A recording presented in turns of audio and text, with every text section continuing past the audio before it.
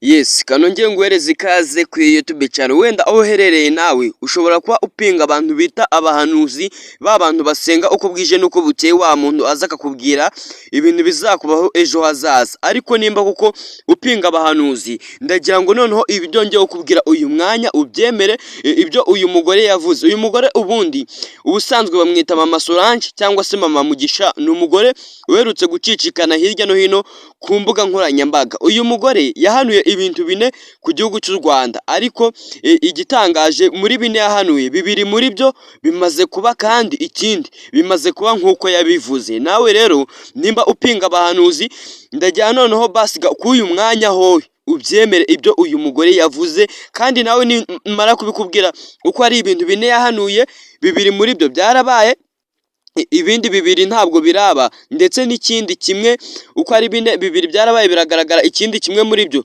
nacyo bisa nkaho cyabaye ariko ntabwo kiraba neza ku buryo wahita uza ukagihagararaho.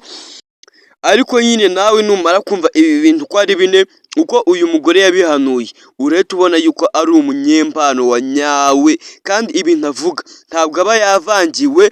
Tudatinze reka dutangire. Nanagwaye ikaze nimba ari ubwa mbere ugeze ku icano, reka ngusabe gukanda subscribe kugira ngo tujye tubana mu biganiro bigiye bitandukanye. Uyu mugore rero ikintu cya mbere yari yahanuye ku gihugu cy'u Rwanda, ngo ni uko igihugu cy'u Rwanda yari yicaye we agiye kubona, abona ko igihugu cy'u Rwanda kigiye gufatirwa ibihano, kandi koko nibyo ibingibi byarabaye. Igihugu cy'u Rwanda cyafatiwe ibihano n'amahanga, kiratereranywa gishinjwa yuko gifasha umutwe witwaje intwaro wa M23. Ibi mwarabibonye ko u Rwanda rwafatiwe ibihano hano ngaha muri Afurika. Igihugu cy'u Rwanda muri makeya kiri mu bibazo bitoroshye. Ikindi kintu yahanuye cya kabiri, uyu mugore insengero zijya gufungwa, niwe wari wahanuye yuko insengero zigiye gufungwa. Ibi byo akibihanura ndetse nta kwezi kwaciyemo kumwe, ahubwo cyangwa se ngo abirageremo, wapi, ibi byo byahise biba. Abantu benshi bahise babibona.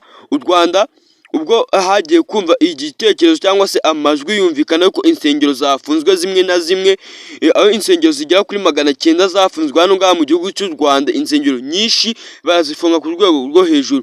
Ibi ngibi uyu mugore nabyo yari yabihanuye ko insengero zigiye gufungwa. Ikindi yahanuye icyo ngo kitaraba, ni uko hano ngaha mu Rwanda ngo hazatera inzara ku rwego rwo hejuru, ku buryo inzara izajya irya abantu, ndetse n'abafite amafaranga bakabura aho bayerekeza, aho bayahahishiriza ibyo bifuza. Ikindi uyu mugore yahanuye ngo ni uko yigeze kubona akabona abanyarwanda muri make bafite imbumburi bisa nkaho bari guhunga. Iki nabwo ntabwo kiraba, ngo akabona ku mipaka huzuye abantu bambaye ingofero z'umutuku, bamwe twita abajepe. Iki nacyo ntabwo kiraba, ariko yaragihanuye.